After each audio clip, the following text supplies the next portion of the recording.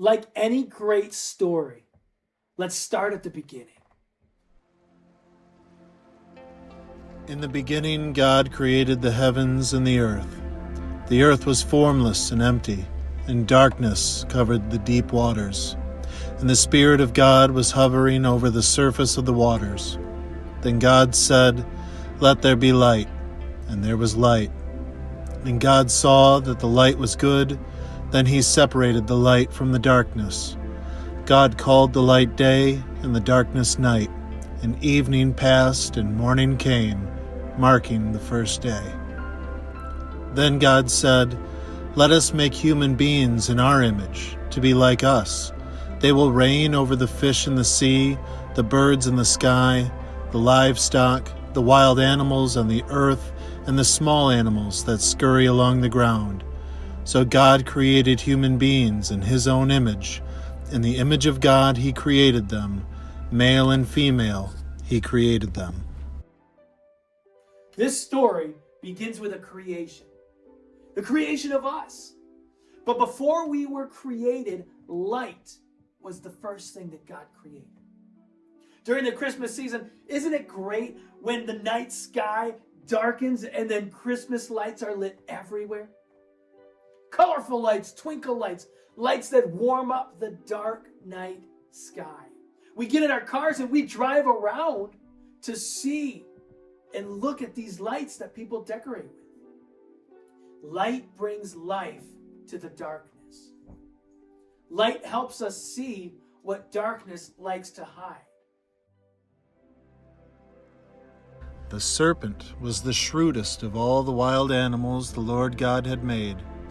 One day he asked the woman, "Did God really say you must not eat the fruit from any of the trees in the garden?" "Of course we may eat fruit from the trees in the garden," the woman replied. "It is only fruit from the tree in the middle of the garden that we are not allowed to eat. God said you must not eat of it or even touch it. If you do, you will die." "You won't die," the serpent replied to the woman. "God knows that your eyes will be opened as soon as you eat it, and you will be like God, knowing both good and evil." The woman was convinced. She saw that the tree was beautiful, and its fruit looked delicious, and she wanted the wisdom it would give her. So she took some of the fruit and ate it. Then she gave some of it to her husband, who was with her, and he ate it too.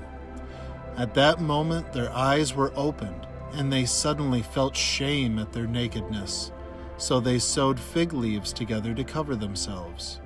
When the cool evening breezes were blowing, the man and his wife heard the Lord God walking about in the garden. So they hid from the Lord God among the trees. Then the Lord God called to the man, "Where are you?" A new kind of darkness came into creation when the woman and her husband did what God had told them not to do, thinking they knew better than him. This kind of darkness brought shame and false security in hiding. See, there are parts of our lives that we try to hide, but God is calling out to us like he did to the woman and her husband, "Where are you?"